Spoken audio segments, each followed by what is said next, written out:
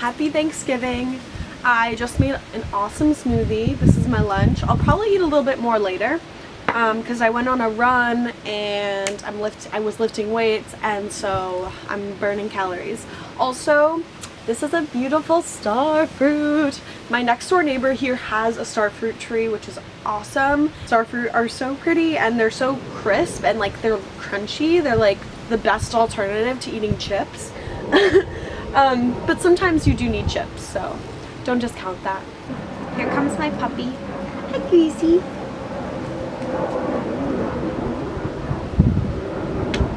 She never licks me. It makes me so sad because it's like you kind of want your dog to like lick you sometimes and just show you that affection, but I mean, she shows her affection in other ways. She like gives me her paw and she cuddles with me, but she's not a licker. She's not a licker. My sister's dog is like licks too much. She like licks constantly, and so I would rather have a dog who doesn't lick than a dog who's like all up in your grill all the time, but still.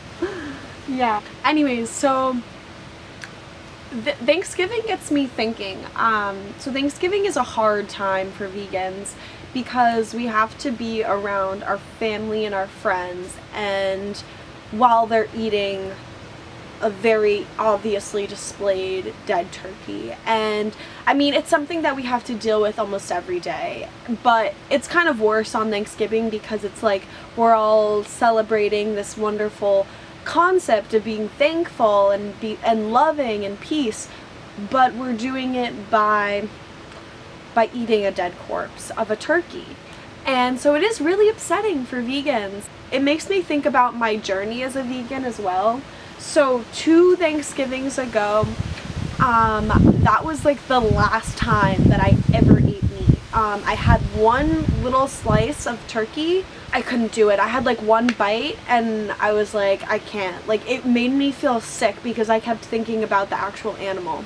That was the last time that I had meat that wasn't a fish. Then I went pescatarian. But so Thanksgiving was the last time that I had a land animal. Then I skipped to last Thanksgiving, and last Thanksgiving was really hard. I was a relatively new vegan, and well, I'm still a new vegan, but I had only been a vegan for a few months, and it was very difficult because I was still in my angry vegan stage, you know, where you're like very upset with the world, openly like upset with the world, and you're kind of spiteful about it. Spiteful about people eating meat around you and eating other dairy products and that kind of thing. I think that something I have learned in this year while approaching people or not approaching people while they're eating around you, eating animals around you, is that I've learned a few things. So first is that they will probably bring it up. You don't have to bring it up. And sometimes it's best if you actually don't bring it up. So they'll probably bring it up and they'll say, you know, why are you eating this? Why aren't you eating this?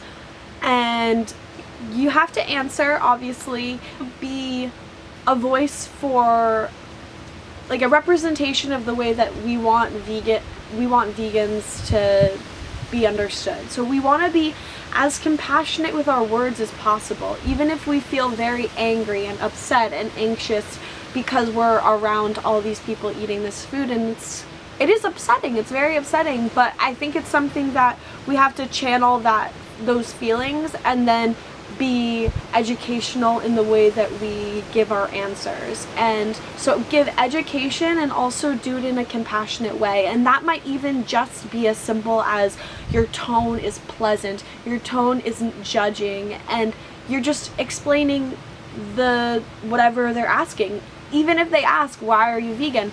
Something I always say is like, well, I would love to tell you, but would you rather me tell you while you're eating or while you're not eating? Because oftentimes you try to explain these things and then they say, no, stop, I'm eating. Like, okay, well, you asked and, you know, I'm telling you the truth. But, you know, you just have to do it in a mature way.